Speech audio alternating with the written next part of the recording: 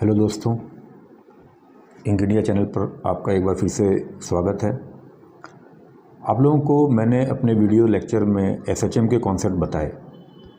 अगर आपको एसएचएम के कॉन्सेप्ट मालूम है तो आप उसको यूज़ करेंगे, अगर नहीं मालूम है तो एक बार आप वीडियो पे जा सकते हैं। हम लोग वेव कॉन्सेप्ट को अच्छे से समझने वाले हैं और बहुत ही आसानी से समझने वाले हैं। वेव क्या है, क्यों है, और या इसका इक्वेशन कैसे डेवलप होती है, किस तरीके से इसको यूज़ करना चाहिए, ये सारी चीज़ें हम लोग देखेंगे। तो फ्रेंड, सबसे पहले हम लोग ये देखें कि वेव जो है वो क्या है।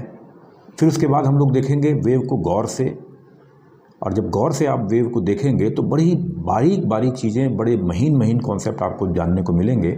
और मज़ेदार बात ये रहेगी कि उस कॉन्सेप्ट्स के ऊपर आईआईटी ने कई बार क्वेश्चन पूछे हैं, वो क्वेश्चन भी मैं आपको बताऊँगा।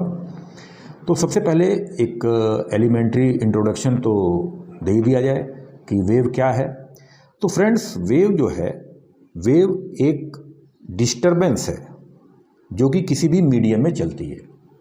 और वेव को चलने के लिए ऐसा भी नहीं है ज़रूरी है कि मीडियम की ज़रूरत पड़े। तो इस प्रकार से दो टाइप की वेव आप समझ सकते हैं कि हो सकती है। एक को आप कह सकते हैं जिसको मीडियम की ज़रूरत पड़ती है, और एक को आप कह सकते हैं जिसको मीडियम की ज़रूरत नहीं पड़ती। यानी हम लोग ये कह सकते हैं कि वेव दो टाइप्स की होंगी। एक मैकेनिकल वेव जिनके लिए मीडियम की ज़रूरत आपको पड़ेगी, यानी जैसे रिक्वायर्ड मीडियम, चलने के लिए मीडियम की ज़रूरत पड़ती है। दूसरा, मैकेनिकल के अलावा इलेक्ट्रोमैग्नेटिक वेव, जिनको मीडियम की कतई कोई ज़रूरत नहीं पड़ती।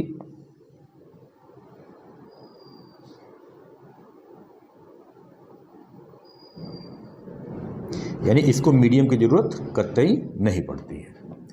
अब मैकेनिकल वेव में, जैसे एग्जांपल, मैकेनिकल वेव का सबसे अच्छा एग्जांपल आपका साउंड वेव है, जिसको चलने के लिए मीडियम की ज़रूरत पड़ती है। कई बार क्वेश्चन पूछा गया है कि मून पे एक विस्फोट होता है, एक बॉम्ब फटता है, तो उसकी आवाज़ अर्थ पे कितनी देर बाद आएगी। तो इसका आंसर है कि अर्थ पे उसकी आवाज़ आएगी ही नहीं, क्योंकि जो साउंड है वो मैकेनिकल वेव है, और मैकेनिकल वेव को चलने के लिए मीडियम की ज़रूरत है। और मीडियम अर्थ और मून के बीच में है नहीं, यानी वैक्यूम है, सो वो आवाज़ यहाँ तक नहीं आएगी। तो मैकेनिकल वेव वो वेव होती हैं जिनके लिए मीडियम की ज़रूरत पड़ती है। अगर मीडियम नहीं रहेगा तो मैकेनिकल वेव ट्रैवल नहीं करेंगी। दूसरा, इलेक्ट्रोमैग्नेटिक वेव है जिनको मीडियम की कतई कोई ज़रूरत नहीं पड़ती है। जैसे लाइट आपको पता है कि सन से अर्थ तक आती है, और सन से अर्थ तक आने में उसको कोई भी मीडियम की ज़रूरत नहीं पड़ती, और वो वैक्यूम से होकर आती है। ये अलग बात है कि वो अगर एयर में ट्रैवल करती है तो उसकी स्पीड थोड़ी डाउन हो जाती है, वो अलग कॉन्सेप्ट है। फिलहाल अब मैकेनिकल वेव जो है उसको हम लोगों को ध्यान से पढ़ना है, क्योंकि इलेक्ट्रोमैग्नेटिक वेव का आपका अलग चैप्टर है, जिससे अलग टाइप से उसको आपको पूरी तरीके से समझना है। लेकिन मैकेनिकल वेव जो आपको पढ़ना है वो दो टाइप की वेव पढ़नी है, जो कि एक को बोलेंगे आप ट्रांसवर्स, और एक को आप बोलेंगे लॉन्गिट्यूडनल।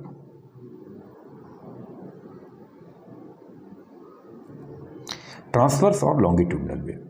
तो ट्रांसवर्स वेव क्या है, अभी हम लोग वेव को बड़े ध्यान से देखेंगे भी, क्योंकि वेव को मात्र देखने भर से आपको बहुत चीज़ें पता लगेंगी।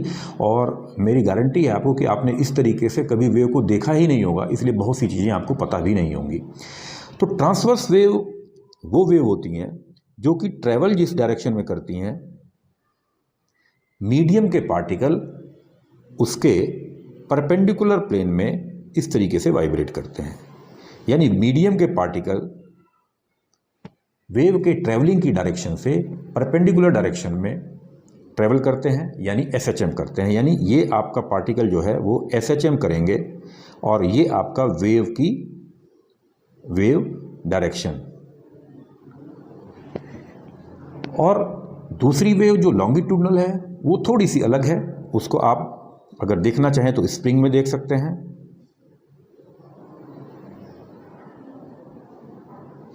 स्प्रिंग में देख सकते हैं आप। तो इसमें आप वेव भी देखेंगे चल रही है,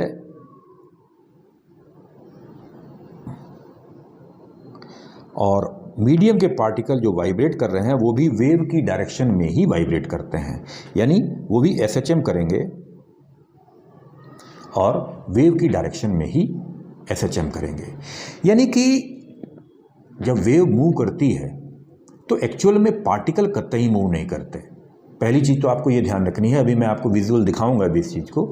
सबसे पहली चीज़ ध्यान रखनी है कि मीडियम के पार्टिकल कभी भी मूव नहीं करते, वो केवल अपने ही जगह पे रुके रुके केवल एसएचएम करते हैं। वो एसएचएम चाहे वेव के डायरेक्शन के परपेंडिकुलर डायरेक्शन में हो, यानी कि जब अगर वेव मान लीजिए इस डायरेक्शन में चल रही है तो पार्टिकल इस तरीके से वाइब्रेट कर रहे हैं, या फिर अगर वेव इस तरह से चल रही है तो पार्टिकल के डायरेक्शन भी इस तरीके से एसएचएम कर रही है।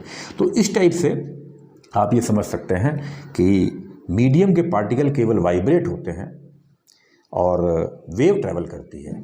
लेकिन फिर वेव क्या है, वेव क्या ट्रैवल क्या करता है आखिर? एक डिस्टर्बेंस है।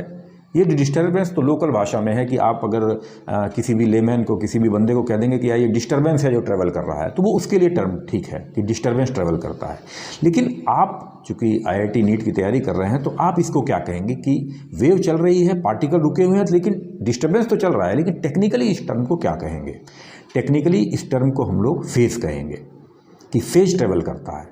अब वो आपको नया सा कुछ लग रहा होगा कि ये फेज क्या ट्रैवल करता है। तो फ्रेंड्स, इसके लिए आप ये ज़रूर देखें कि वेव जब चलती है तो उसको अलग अलग एंगल से देखें, और मेरी गारंटी है आपको कि अगर उसको आप अलग अलग एंगल से देखेंगे तो आपको बहुत से अच्छे अच्छे कॉन्सेप्ट जानने को मिलेंगे। तो मेरे साथ आपको सबसे पहला काम यही करना है कि 5 से 7 मिनट तक केवल वेव पे नज़र करनी है और वेव को केवल देखना भर है। उससे आपको कई आइडियाज़ लगेंगे, कई चीज़ें लगेंगी। फिर हम लोग इक्वेशन पे आएंगे कि इक्वेशन कैसे डेवलप की जाती है, और फिर हम उसके बाद हम लोग देखेंगे कि उसकी डायरेक्शन किस डायरेक्शन में आ रहा है, phase difference, wavelength, amplitude, frequency, etcetera etcetera. तो सबसे पहले तो अब चूंकि वेव पढ़ने जा रहे हैं और जिसको पढ़ने जा रहे हैं वो अगर नज़र में आ जाए और दिख जाए तो बहुत अच्छी बात है। उसके पहले आपको एसएचएम के हल्के फुल्के कॉन्सेप्ट की जानकारी होनी चाहिए, और अगर एसएचएम के कॉन्सेप्ट आप नहीं जान रहे हैं तो इतना तो कम से कम आप जानते होंगे कि जब आप झूले पे बैठ के आप झूलते हैं तो इतना कम से कम आपको पता होना चाहिए कि सेंटर वाला जो पॉइंट होता है, यानी मीन पोजीशन जो होता है, उस पर आपकी स्पीड या वेलोसिटी सबसे ज़्यादा होती है, और एक्सट्रीम पोजीशन पर आपकी स्पीड सबसे कम होती है। एक्सट्रीम पोजीशन पर आपका झूला जाता है, रुकता है, फिर वापस आता है, लेकिन सेंटर पर जब होता है वो, तो उस समय उसकी स्पीड सबसे ज़्यादा रहती है। हाँ, किनारों पर स्पीड 0 हो जाती है, लेकिन एक्सेलरेशन किनारों पर सबसे ज़्यादा होता है। इस कॉन्सेप्ट को दिमाग पे रखना है। और अब हम लोग देखने जा रहे हैं वेव को, कि वेव को किस तरीके से हम लोगों को विजुलाइज करना, देखना क्या है, क्या दिखता है वेव। ये आप मेरे साथ साथ देख रहे हैं कि ये वेव है, और वेव में आपको इसमें क्या क्या बारीकियां देखनी है। जैसा कि आप लोग देख रहे हैं कि ये वेव ट्रैवल कर रही है, तो वेव किस तरफ जा रही है, क्या जा क्या रहा है आखिर। अब किसी एक पार्टिकल पर नज़र करेंगे तो पहले एक पार्टिकल पर नज़र करते हैं और देखते हैं कि वो पार्टिकल क्या कर रहा है, और उस पार्टिकल के बारे में सारी चीज़ें आपको पता होनी चाहिए। वीडियो के माध्यम से उसको बड़े अच्छे से आप समझिए। आपने क्या किया,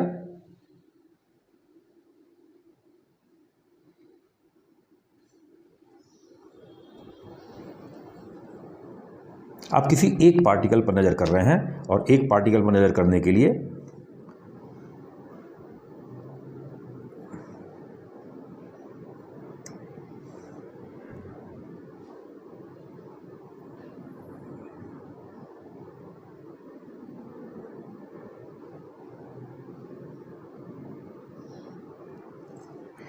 अब मैं उस पार्टिकल के बारे में आपका ध्यान आकर्षित करना चाहूँगा जो पार्टिकल इन दोनों वर्टिकल लाइंस के बीच में चल रहा है। आप सारे पार्टिकल्स को भूल जाइए, सब जो पार्टिकल्स आपको दिखाई दे रहे हैं इधर उधर, उन सबको आप भूल जाइए। केवल उस पार्टिकल पर नज़र करिए जो पार्टिकल आपका उन दोनों वर्टिकल लाइंस के बीचों बीच चल रहा है।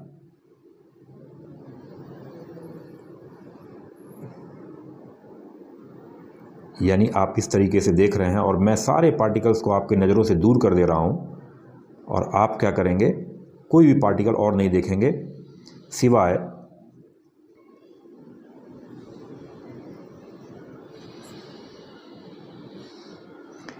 इस एक पार्टिकल पर नज़र करेंगे जो पार्टिकल आपका दोनों वर्टिकल लाइन के बीच में है। उसी तरीके से मैं यहाँ पे भी कर दे रहा हूँ। किसी भी पार्टिकल पे आप और रो पर नज़र मत करिए और आप केवल एक पार्टिकल को देखिए कि वो पार्टिकल क्या कर रहा है आखिर। तो उम्मीद कर रहा हूँ कि मैं आप उसी पार्टिकल पर नज़र कर रहे होंगे जिस पार्टिकल को मैंने दोनों पैरेलल लाइन के बीच में रखा हुआ है। इस समय आप क्या देख रहे हैं? इस समय देख रहे हैं कि पार्टिकल, कोई भी सिंगल पार्टिकल, वो क्या करता है, अपने मीन पोजीशन के इर्द गिर्द अप एंड डाउन, ये ट्रांसवर्स वेव है, आपको जैसा कि पता है, इतना एलिमेंट्री चीज़ है कि ये सबको मालूम है, इसलिए बहुत ज़्यादा उस पर फोकस नहीं करना है कि what is transverse, what is longitudinal. अब इसमें हम केवल उस पार्टिकल को देखें जो पार्टिकल SHM कर रहा है। तो फ्रेंड्स, जब ये SHM कर रहा है तो किसी भी वेव के मीन पोजीशन पर जब वो आएगा तो उसकी स्पीड सबसे ज़्यादा होगी। यानी कोई भी SHM करता हुआ कोई भी वेव का पार्टिकल जब अपने मीन पोजीशन से गुजरेगा तो उस समय क्या होगा, उस समय उसकी स्पीड सबसे ज़्यादा होगी। ये आपके दिमाग में होना चाहिए। क्यों? आप देख रहे हैं कि किनारों पर जाकर जो बीड आपकी दोनों पैरेलल लाइन के बीच में है, किनारों पर जाकर उसकी स्पीड 0 हो जा रही है, वो वापस ट्रेवल कर रहा है। यानी अगर कोई आपको वेव को दिखा के और ये कहता है कि ये इसकी स्पीड कब होगी, एक्सट्रीम पे ज़्यादा होगी, उस पार्टिकल की स्पीड जब वो एक्सट्रीम पे पहुंच रहा है तब ज़्यादा होगी, कि बीच में जब मीन पोजीशन पे पहुंच रहा है तब ज़्यादा होगी, तो आपका आंसर होना चाहिए कि जब मीन पोजीशन पे होगा तब इसकी स्पीड ज़्यादा होगी। यानी कहने का क्या मतलब हुआ? कहने का ये मतलब हुआ कि आपको ये पता होना चाहिए कि जब वेव ट्रैवल करती है, वेव के ट्रैवलिंग की डायरेक्शन भी आप ले सकते हैं कि वेव ट्रैवल कर रही है, और वेव के ट्रैवलिंग के डायरेक्शन के ट्रांसवर्स डायरेक्शन में यानी परपेंडिकुलर डायरेक्शन में पार्टिकल्स SHM करते हैं। और उस पार्टिकल को भी आपको गौर से देखना है कि वो पार्टिकल जब बिल्कुल एंड पे पहुंच जाते हैं, एक्सट्रीम पे पहुंच जाते हैं, तो रुकते हैं, और मीन पोजीशन पर जब होते हैं तो सबसे ज़्यादा स्पीड लिए हुए रहते हैं, सबसे ज़्यादा वेलोसिटी भी लिए हुए रहते हैं। अब मैं आपको ये भी बताऊंगा कि IIT ने किस तरीके से क्वेश्चन पूछा था और किस तरीके से आप अगर ये कॉन्सेप्ट जानते तो आंसर दे सकते थे। अब हम लोग अपने पुराने इस पे आते हैं।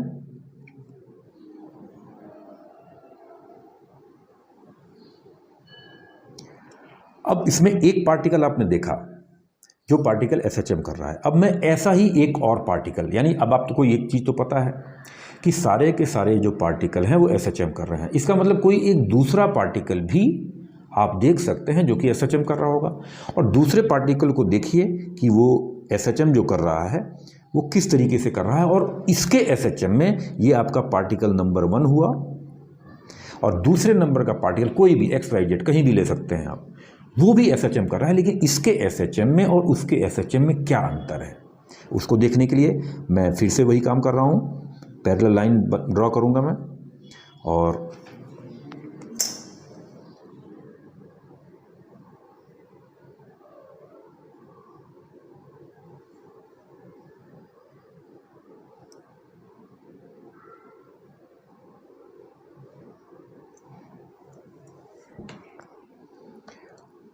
क्योंकि मैंने आपको बोला है कि 5 मिनट आप कम से कम वेव को केवल देखेंगे, और उस देखने मात्र से ही आप कई क्वेश्चन के जवाब बड़े आसानी से दे पाएंगे।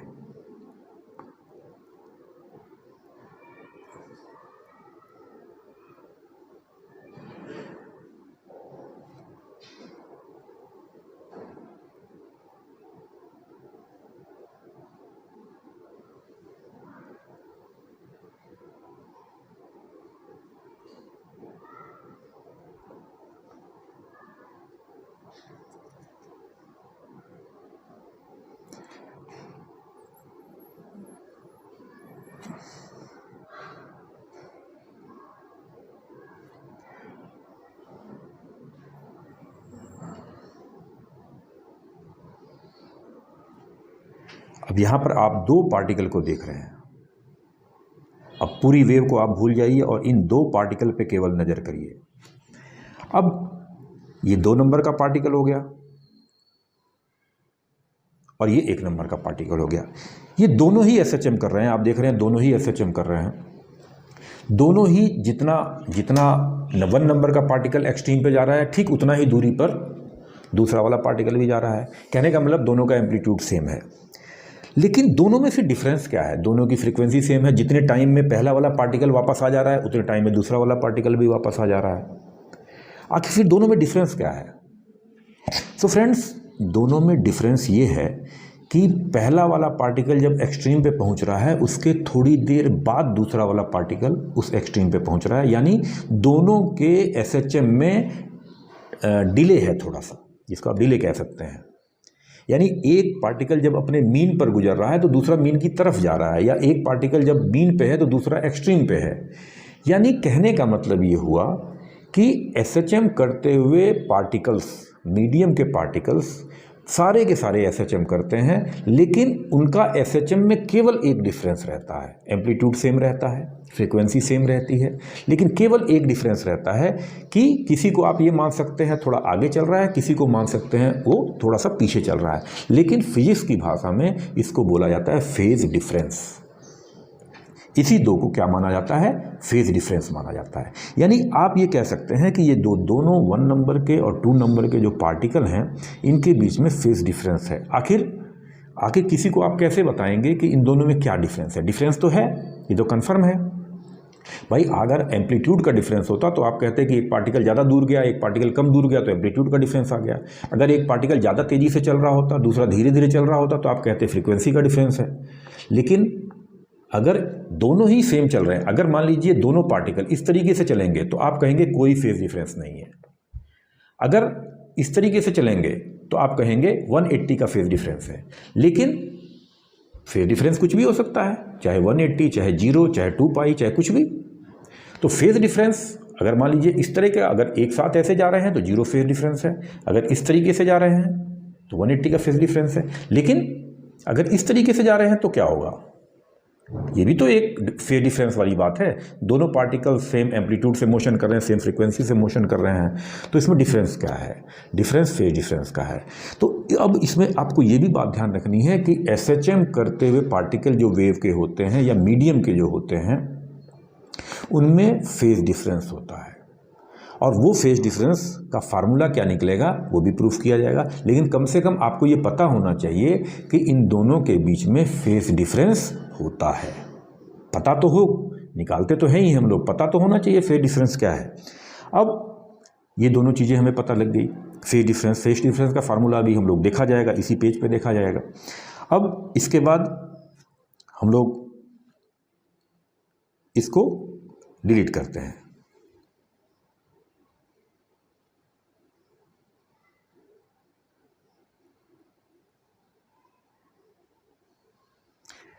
अब एक चीज़ और आपको देखनी है कि आखिर जब सारे के सारे पार्टिकल अपने पोजीशन से पर रुके केवल एसएचएम कर रहे हैं, कहीं जा नहीं रहे हैं, तो फिर जा क्या रहा है?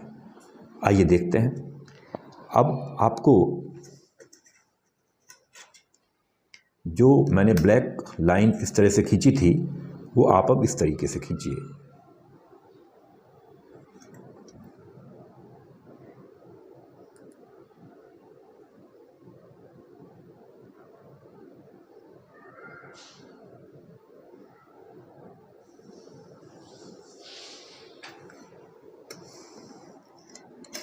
और आप नीचे का सारा हिस्सा आप क्या कर दीजिए? ब्लैक कर दीजिए बिल्कुल।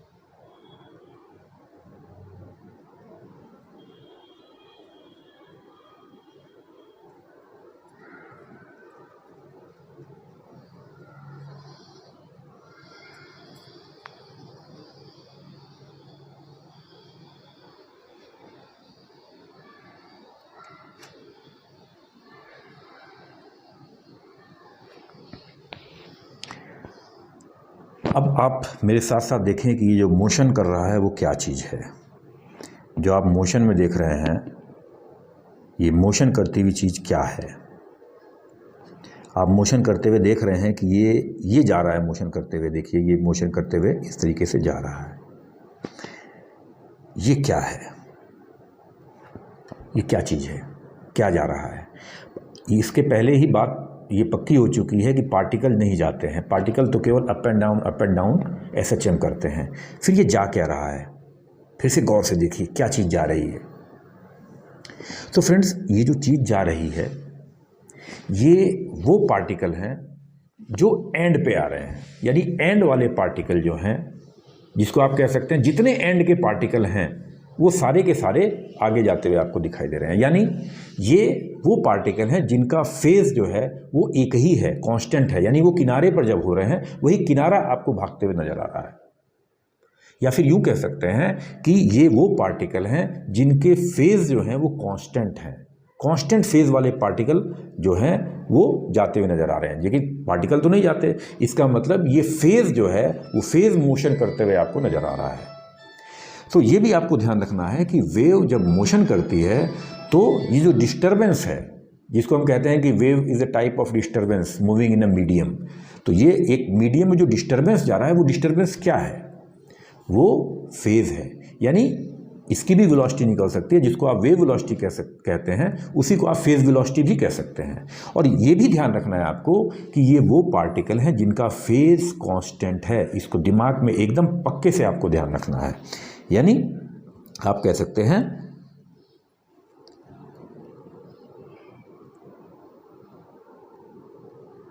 Constant phase particle. कांस्टेंट जो फेज पार्टिकल हैं वही जो है अपीयर टू मूव, वो अपीयर हो रहे हैं मूव करते हुए, लेकिन मूव नहीं कर रहे हैं। ऐसा नहीं है कि यही मोशन करते हुए आपको नजर आ रहे हैं, ऐसा भी नहीं है। कोई भी कांस्टेंट फेज का पार्टिकल आपको मूव करते हुए ऐसे नजर आएगा। अभी देख लेते हैं हम लोग उसको भी, क्योंकि ऐसा नहीं है कि एक्सट्रीम वाले ही आपको दिखाई देंगे। कोई भी ऐसे पार्टिकल जिनके फेज कांस्टेंट हो आपको मोशन करते हुए नजर आएंगे। कहने का मतलब पार्टिकल ट्रेवल नहीं करते, डिस्टर्बेंस ट्रेवल करती है। लेकिन डिस्टर्बेंस को आप अपनी टेक्निकल भाषा में कह सकते हैं कि फेज ट्रेवल कर रहा है। यानी कांस्टेंट फेज जिनका है वो कांस्टेंट फेज ट्रेवल कर रहा है, यानी फेज वेलोसिटी कह सकते हैं कि फेज है जो चल रहा है। अब देखते हैं इसको भी।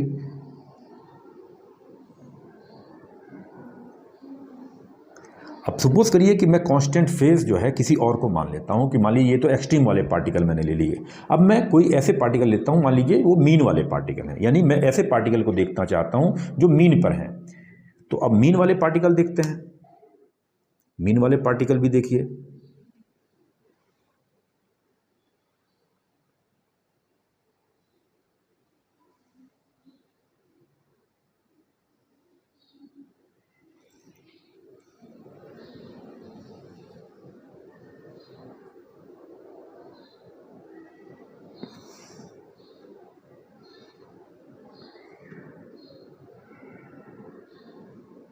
या मीन के से अलग जो है ले सकते हैं।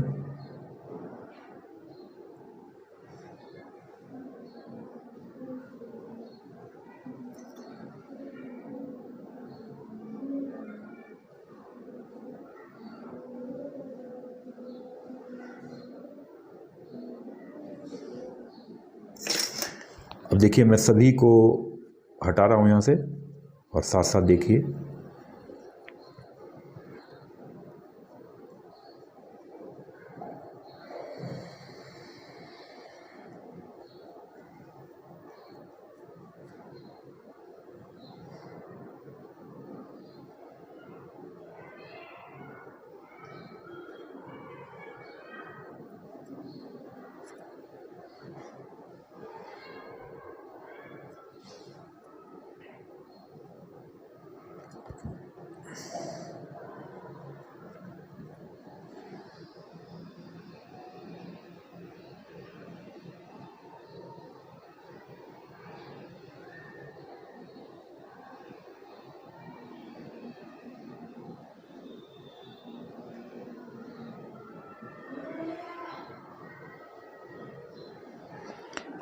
अब आप देखिए एक पॉइंट से दूसरे पॉइंट पर क्या जाते हुए देख रहे हैं।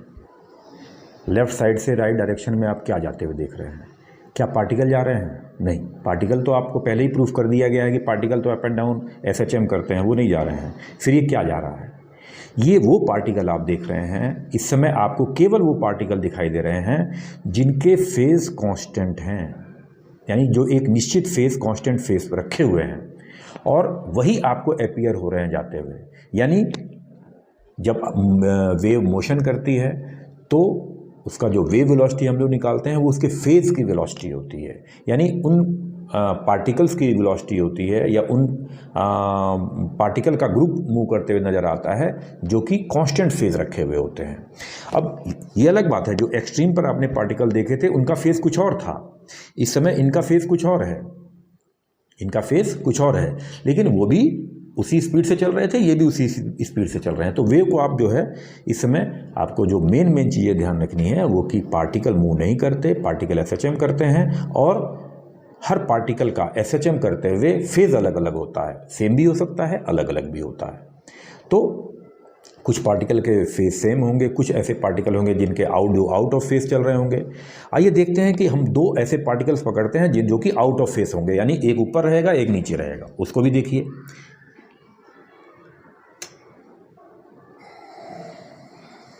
अब मैं दो ऐसे पार्टिकल को ले रहा हूं जो कि एक ही फेज़ में होंगे।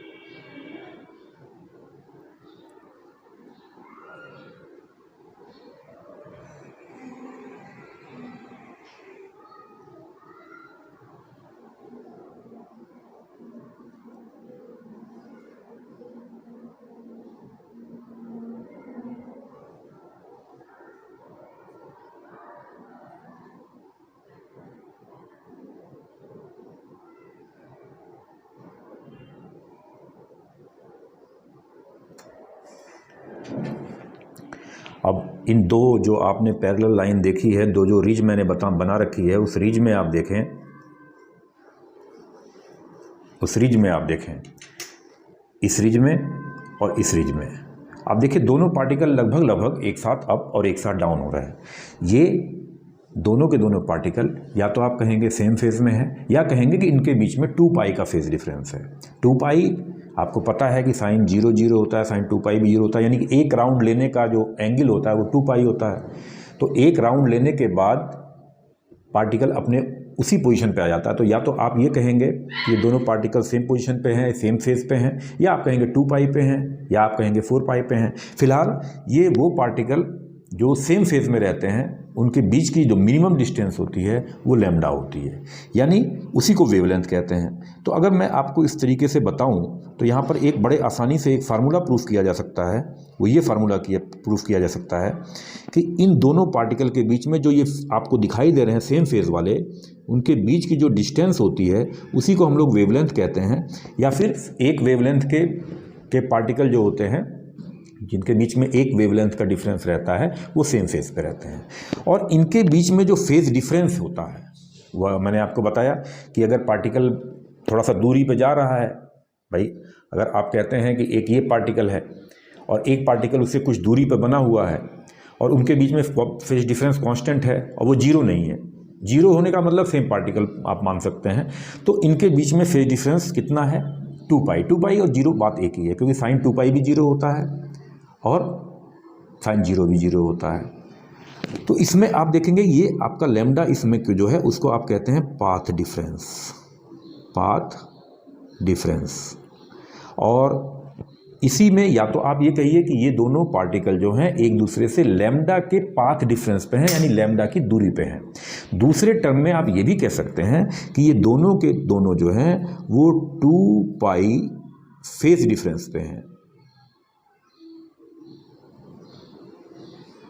फेज डिफरेंस पे हैं।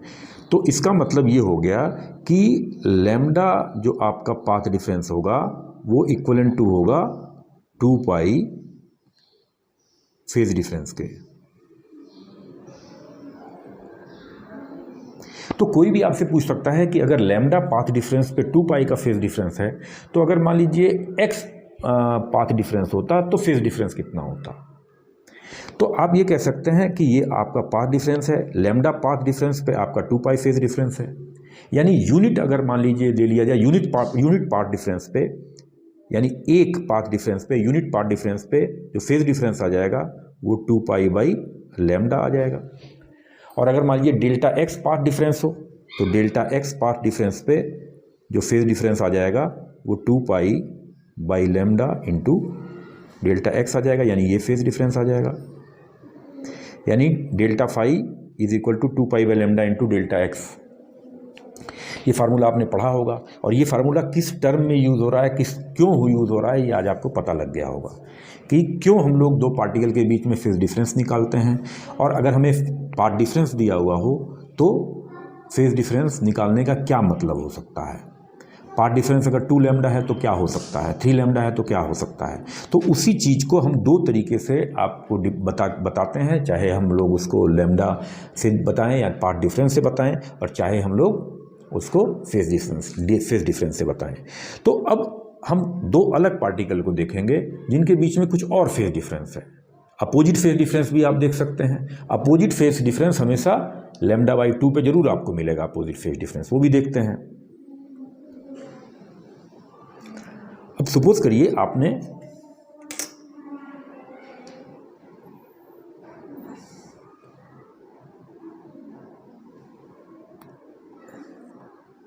यहाँ पर एक रिज लिया फिर से,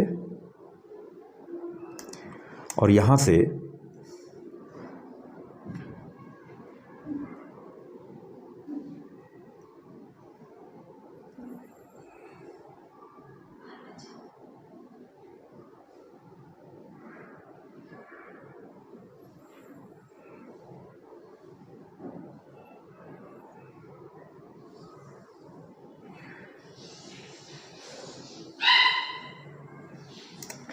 इन दोनों जो बीड्स हैं आप देख रहे हैं, जो दो पैरेलल लाइन के बीच में बीड्स हैं, उन पे आप नज़र करें और केवल उन्हीं पे नज़र करें।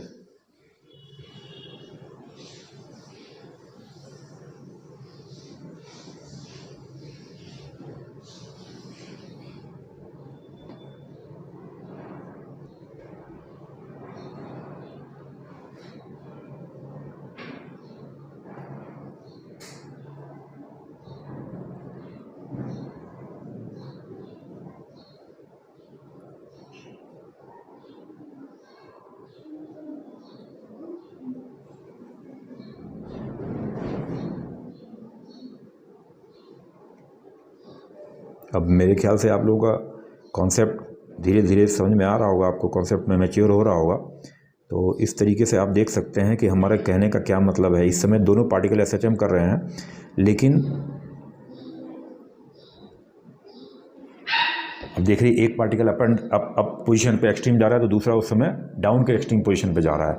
तो अगर इनके बीच का आपको कह दिया जाए कि इनके बीच का जो फेज डिफरेंस है निकालिए, और पाथ डिफरेंस अगर आपको कुछ दे दिया जाए, सपोज करिए इन दोनों के बीच में λ/8 से डेल्टा x यानी पाथ डिफरेंस λ/8 है, तो इनके बीच में फेज डिफरेंस क्या होगा, किस फेज डिफरेंस पे ये दोनों SHM कर रहे होंगे। तो आप निकालेंगे पिछले वाले फार्मूले से delta phi is equal to 2π/λ into delta x यानी λ/8 आपको दिया हुआ है। तो लैम्डा से लैम्डा कैंसिल होके आपके पास आ जाएगा π/4। π/4 कहने का मतलब ये हो गया कि इन दोनों के बीच में फेज डिफरेंस π/4 का होगा। उनके बीच में, किन इन दो पार्टिकल के बीच में नहीं, ये दोनों पार्टिकल तो जो है पाई के फेज डिफरेंस पे चल रहे हैं। लेकिन अगर कोई आपको ऐसा पार्टिकल दे दिया गया जो कि λ/8 के फेज डिफरेंस पे आ रहा हो, तो उसका जो फेज डिफरेंस आएगा वो π/4 आएगा। λ/8 के पाथ डिफरेंस पे उसका फेज डिफरेंस π/4 होगा। सो फ्रेंड्स, आपको फेज क्या है और पाथ डिफरेंस क्या है, लैम्डा क्या है, ये सब क्लियर हो गया होगा। एक इसमें और भी हमको चीज़ देखनी है जिस पे क्वेश्चन पूछे गए हैं और पूछे जाएंगे भी, उसको भी हम लोग देख लें।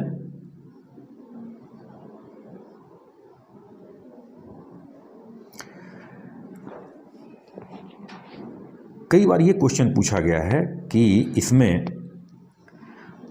कौन से पार्टिकल, अगर इसका स्क्रीनशॉट ले लिया जाए या फिर अगर मान लीजिए एक साथ आपको दिखाया जाए कि कौन कौन से पार्टिकल मूव कर रहे हैं ऊपर की डायरेक्शन में, कौन कौन से पार्टिकल मूव कर रहे हैं नीचे की डायरेक्शन में, तो ध्यान हमको रखना है। बिल्कुल ध्यान से देखिए कौन कौन से पार्टिकल ऊपर की तरफ जा रहे हैं। आप यहाँ से देखेंगे कि ये सब पार्टिकल ऊपर की तरफ जा रहे हैं, यानी आपको इस तरह से मूविंग डायग्राम तो मिलेगा नहीं एग्जाम में, इसका आपको स्क्रीनशॉट मिलेगा। तो मैं स्क्रीनशॉट लेके आपको बताता हूँ कि किस तरीके से वेव ट्रेवल कर रही है, किस डायरेक्शन में। वेव ट्रेवल की डायरेक्शन ये है, और मैं आपको इसका स्क्रीनशॉट लेके बताता हूँ।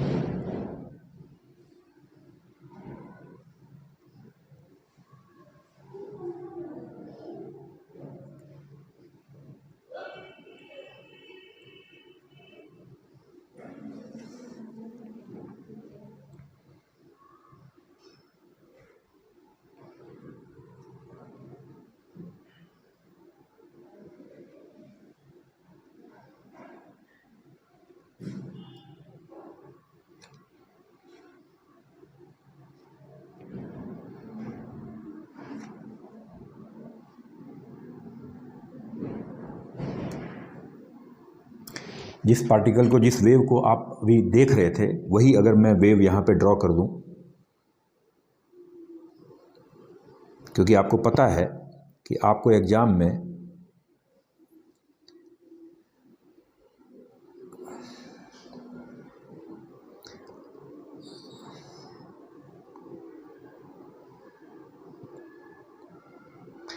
ये आपकी एक वेव है जो कि फॉरवर्ड डायरेक्शन में मूव कर रही है, फॉरवर्ड डायरेक्शन में जा रही है।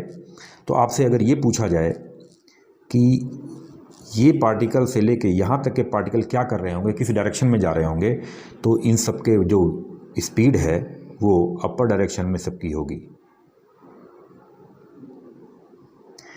और जो सेकंड नंबर के ये आप देख रहे हैं, ये रिज देख रहे हैं, यहाँ के सभी पार्टिकल की जो स्पीड होगी वो नीचे की डायरेक्शन में होगी। क्यों मैं ऐसा कह रहा हूँ, क्योंकि ऐसा ही आपने अभी पीछे देखा है। इसको याद रखने के लिए आप ये मान सकते हैं कि वेव ट्रेवल आगे की साइड कर रही है, तो आप ये मान सकते हैं कि कोई आपके पास ब्लैंकेट है, कोई चादर है, कोई आपके पास तिरपाल है, उसके अंदर आप किसी बिल्ली को बैठा सकते हैं, और बिल्ली जब आगे बढ़ती है वेव की डायरेक्शन में तो वो कंबल को उठाती जाएगी और पीछे वाला कंबल का हिस्सा गिरता जाएगा। यानी आप ये मान सकते हैं कि इसके अंदर आपने क्या कर रखा है, एक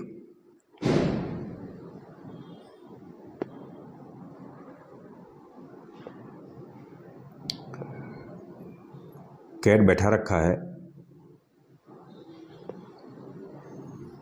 और ये आगे की डायरेक्शन में अगर दौड़ेगी और उसके ऊपर आपने ये वेव को जो आपने देख रहे हैं वेव, उसको आप ये मान सकते हैं कि ये कवर है उसके ऊपर का या चद्दर है, तो ये आगे बढ़ेगी तो ये सारे के सारे पार्टिकल को ऊपर उठाते हुए जाएगी, ये सारे के सारे पार्टिकल को ऊपर उठाते हुए जाएगी और पीछे वाले पार्टिकल को नीचे डाउन करती चली जाएगी। तो आप इस तरीके से आंसर दे सकते हैं, क्योंकि IIT इसमें भी पूछ चुका है। अब यही जो मैंने आपको बताया है कि यहाँ कौन से पार्टिकल ऊपर जा रहे होंगे, कौन से पार्टिकल नीचे जा रहे होंगे, उसको फिर से आप एक बार देख लीजिए। देखिए ये सारे के सारे पार्टिकल एक बार सब ऊपर की साइड आ जा रहे हैं। देखिए इस तरीके से मोशन हो रहा है, सारे के सारे पार्टिकल ऊपर की तरफ जा रहे हैं। कोई भी स्क्रीनशॉट लेंगे तो आगे बढ़ता हुआ पार्टिकल सारे ऊपर उठते हुए जा रहे हैं और पीछे जो गिरते हुए जो पीछे के पार्टिकल हैं वो नीचे गिरते हुए। आप ये मान सकते हैं कि यहाँ पर ये मान सकते हैं आप कि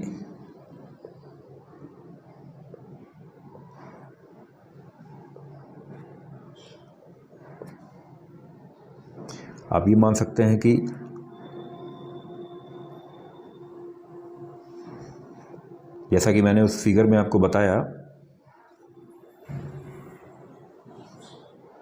आप ये मान सकते हैं कि इसमें आपने एक बिल्ली बैठा ली है, बिल्ली आगे की तरफ जा रही है और अपने चद्दर को उठाते हुए आप निकल रहे हैं। फिर से ध्यान दीजिए मैं क्या कहना चाह रहा हूँ। आप ये मान सकते हैं कि आपने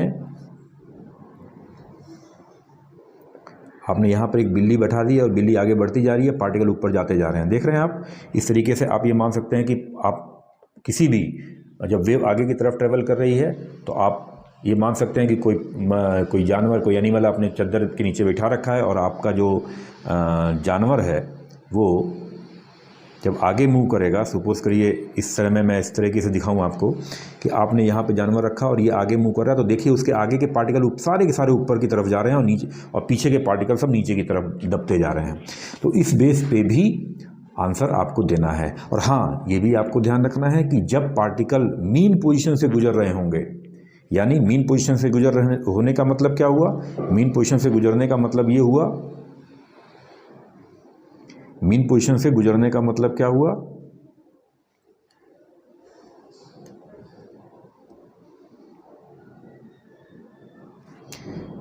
जब आपके पार्टिकल मीन पोजीशन से गुजर रहे होंगे, यहाँ से गुजर रहे होंगे जब आपके पार्टिकल, उस समय उसकी वेलोसिटी सबसे ज़्यादा होगी, क्योंकि आपको पता है कि ये पार्टिकल केवल SHM कर रहा है और SHM करते हुए पार्टिकल की सेंटर पे वेलोसिटी सबसे ज़्यादा होती है और एक्सट्रीम पोजीशन पे वो रुक जाता है। यानी अगर आपको ये पूछा जाए, इस तरह से वेव देके आपको पूछ लिया जाए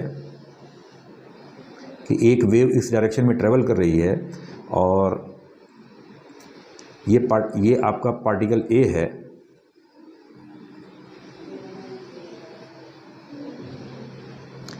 ये आपका A पार्टिकल है, ये आपका B पार्टिकल है और ये आपका, सपोज करिए ये आपका A पार्टिकल, ये आपका है आपका B particle, A particle, B particle और ये आपका C पार्टिकल, और ये आप कह सकते हैं D पार्टिकल। तो इसमें किसकी वेलोसिटी सबसे ज़्यादा रहेगी? चूँकि आपको पता है कि आपका वेव आगे की साइड ट्रेवल कर रहा है, तो सारे आगे वाले जो आपके जो मीडियम के पार्टिकल होंगे, यानी रस्सी के पार्टिकल होंगे, सारे ऊपर की डायरेक्शन में चलेंगे, ये सब ऊपर की डायरेक्शन में चलेंगे और ये पीछे वाले नीचे की डायरेक्शन में चलेंगे। और नीचे की डायरेक्शन में ट्रेवल करते हैं समय अगर आप B को लेंगे तो B वाला पार्टिकल आपका जो है वो मीन पोजीशन से गुजर रहा है और मीन पोजीशन पे गुजरने वाले SHM पार्टिकल की स्पीड सबसे ज़्यादा रहती है, यानी speed of B will be highest. और A पार्टिकल जो है, ये वाला पार्टिकल अगर आप देखें तो ये भी SHM ही करेगा नीचे ऊपर, लेकिन ये एक्सट्रीम पे है। तो एक्सट्रीम पे होने के कारण इसकी जो स्पीड होगी वो जीरो होगी, क्योंकि SHM करता हुआ पार्टिकल अपने एक्सट्रीम पे पहुंचने पर जीरो वेलोसिटी दिखाता है। यानी VA और VD भी देखें, ये भी पार्टिकल देखें, C पार्टिकल ये है आपका, C भी एक्सट्रीम पोजीशन पे है, लेकिन ये एक्सट्रीम पोजीशन से ऊपर को जाने को तैयार है। तो आपको पता है, लेकिन है तो एक्सट्रीम पोजीशन पे, इसलिए VA बराबर VC, ये दोनों के दोनों जो हैं वो जीरो होंगे। और डी वाला पार्टिकल अब आप देखेंगे, डी वाला पार्टिकल आपको पता है इसकी नीचे की साइड वेलोसिटी होगी, लेकिन जीरो और मैक्सिमम के बीच की होगी। और अगर आपको एक्सेलरेशन देख लिया जाए, अगर आपसे पूछा जाए पार्टिकल के एक्सेलरेशन के बारे में, तो फिर से आप देख लेंगे इस चीज़ को, फिर से आप देखेंगे कि अगर इसी पार्टिकल में आपको ये पूछ लिया जाए कि ये आपका ए पार्टिकल है, ये आपका बी पार्टिकल है, ये आपका सपोज करिए सी पार्टिकल है और ये आपका डी पार्टिकल है। क्योंकि अब आपको पता है कि ये सारे के सारे पार्टिकल केवल क्या कर रहे होंगे, एसएचएम कर रहे होंगे वर्टिकल डायरेक्शन में, यानी कि वर्टिकल प्लेन में इस तरीके से, और ए पार्टिकल एक्सट्रीम पे गुजर रहा होगा। और आपको पता होना चाहिए कि एसएचएम करते हुए पार्टिकल जब एक्सट्रीम पोजीशन पे होते हैं तो उनका एक्सेलरेशन सबसे ज़्यादा होता है। क्यों? क्योंकि एसएचएम की कंडीशन होती है acceleration is equal to minus omega square into x, यानी acceleration is proportional to negative of displacement. यानी जो एक्सट्रीम पोजीशन पे पार्टिकल बैठा हुआ है उसका एक्सेलरेशन सबसे ज़्यादा होगा। यानी एक्सेलरेशन ए जो होगा, ए पार्टिकल का एक्सेलरेशन वो सबसे ज़्यादा होगा, और बी पार्टिकल सेंटर से गुजर रहा है, यानी उसका वो तो डिस्प्लेस ही नहीं होना है, वो तो मेरे मीन पोजीशन पे है, इसलिए ये मैक्सिमम होगा और नीचे की डायरेक्शन में होगा। क्योंकि ध्यान रखिए डिस्प्लेसमेंट पॉजिटिव है, क्योंकि acceleration is negative proportional to negative of displacement. तो आपने देखा कि जब डिस्प्लेसमेंट पॉजिटिव होगा तो डिस्प्लेसमेंट पॉजिटिव, एक्सेलरेशन की डायरेक्शन निगेटिव हो जाएगी, यानी नीचे की डायरेक्शन में हो जाएगी। और ए का एक्सेलरेशन मैक्सिमम होगा, डायरेक्शन होगी नीचे की साइड, और बी का एक्सेलरेशन जो होगा वो आपका होगा जीरो। क्यों? क्योंकि वो अपने मीन पोजीशन से गुजर रहा है, और आपको पता है कि मीन पोजीशन से जब कोई पार्टिकल गुजरता है एसएचएम करते हुए तो उसका एक्सेलरेशन जीरो होता है। और इसी तरीके से एक्सेलरेशन ऑफ सी देख लिया जाए, क्योंकि सी भी अपने एक्सट्रीम पोजीशन पे है, मैक्सिमम डिस्प्लेसमेंट पे है, किनारे पर है, इसलिए इसका भी एक्सेलरेशन सबसे ज़्यादा होगा, लेकिन इसका डिस्प्लेसमेंट नेगेटिव है तो इसका एक्सेलरेशन पॉजिटिव होगा, लेकिन होगा मैक्सिमम होगा, लेकिन डायरेक्शन आपकी ऊपर होगी। और जो आपका डी पार्टिकल है, एक्सेलरेशन ऑफ डी जो होगा वो ना तो मैक्सिमम होगा ना जीरो होगा, ये इन बिटवीन होगा। अब कितना डिस्प्लेसमेंट है उस पर डिपेंड करेगा। तो फ्रेंड्स, मैंने आपको केवल हल्का फुल्का इंट्रोडक्शन पढ़ाया, कोई मैथमेटिक्स नहीं, कोई कुछ नहीं, केवल आपको जो वेव है उसको बढ़िया से 5 मिनट 10 मिनट बढ़िया से देखना है। और एसएचएम के कॉन्सेप्ट अगर आपको नहीं मालूम है तो वो मेरे लास्ट वीडियोस में अपलोडेड हैं, आप उसको देख सकते हैं। तो इसमें आपने देखा कि हम लोग बिना कुछ मैथमेटिक्स लगाए, बिना कुछ कैलकुलेशन के, केवल आइडिया से, केवल देख के, सोच के हम लोग किस तरीके से जवाब दे सकते हैं। तो इसके आगे मैं इस लेक्चर में इसी टॉपिक पे, इसी व्यू पे जो हम लोगों ने देखा है, जो हम लोगों ने मूविंग स्ट्रिंग देखी है, वेव को मोशन करते हुए देखा है, पार्टिकल को एसएचएम करते हुए देखा है, इसके बेसिस पे आईआईटी नीट ने 10-15 सवाल पूछे हुए हैं। इसको हम लोग कैसे सॉल्व करेंगे बिना मैथमेटिक्स के, बिना किसी जानकारी के, उसको मैं इसके अगले वीडियो में अपलोड करूँगा। आप ज़रूर बने रहिए। गुड लक, अपना ध्यान रखिए, धन्यवाद।